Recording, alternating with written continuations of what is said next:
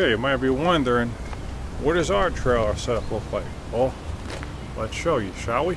So this is our trailer. It's a 7 by 14 foot utility trailer.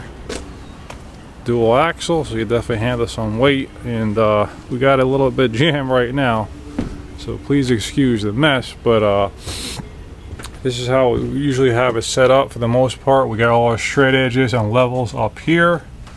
We got some hangers for our lights, our drill, all the buckets, trowels and things like that, sponges, leveling clips under here, all our saws over here, heavy stuff on the shelves, screws, anything we could fit under there, vacuum.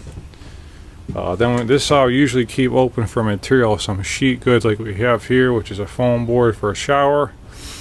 Set of materials will stack along here, then any material we need for the job. So in this case we got uncoupling membranes rolled up, patch material over here, like I said, any type of mortars over here.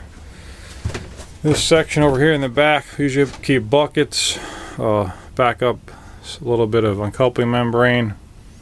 We should put a ram or whatever, we stack it up here. In these shelves we usually stock some material, some curdy band, hydro band, some tools, and we got tarps usually up here, floor protection stuff, plastic. And then over here usually have our leveling kit, our bucket with that's usually strapped in here. Then we got our so we got our plank ladder here, 4-foot ladder there, big square drywall shims.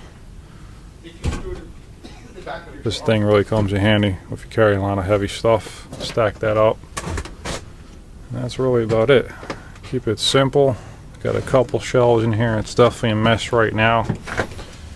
You guys got an idea what it looks like, how we usually organize. Usually this stuff's all up here tight. This is all up here tight.